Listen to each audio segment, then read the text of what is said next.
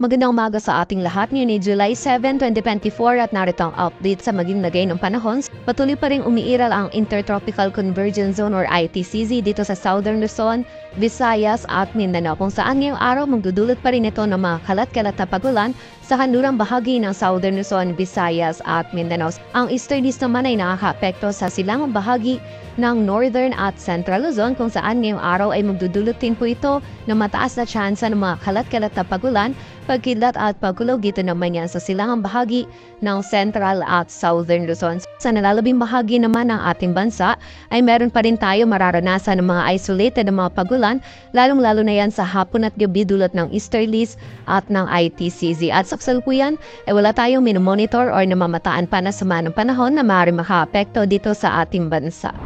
At para nga sa maging lagi ng panahon ngayong araw ng linggo, maulap na kalangitan at mga kalat-kalat na pagulan na mararanasan dito sa bahagi ng Mimaropa dulot yan ng ITCZ. Meron din tayong mga kalat-kalat na pagulan na mararanasan dito sa Bicol Region, Quezon at Aurora dulot naman ng easterlies. Dito naman po sa Metro Manila, maging sa nalalabing bahagi pa ng Luzon, ay magiging bahagyang maulap hanggang sa maulap yung ating kalangitan. Meron pa rin po tayong posibilidad ng mga isolated o yung mga biglaang pagulan, lalong-lalo na yan sa hapon at gabi dulot ng easterlies. Agad ang temperatura sa Metro Manila ay mula 26 to 32 degrees Celsius.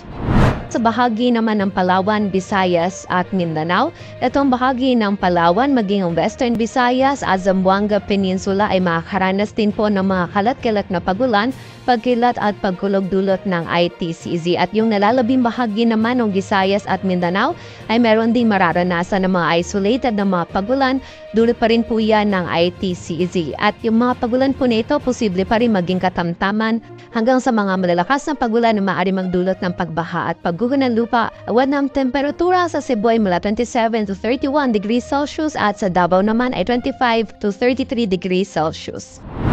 At para naman sa lagay ng dagat baybayin ng ating bansa, wala po tayong nakataas na gale warning kaya malaya makakapalaot yung mga kababayan natin mga isda pati na rin yung may mga maliliit na sasakyang pandagat.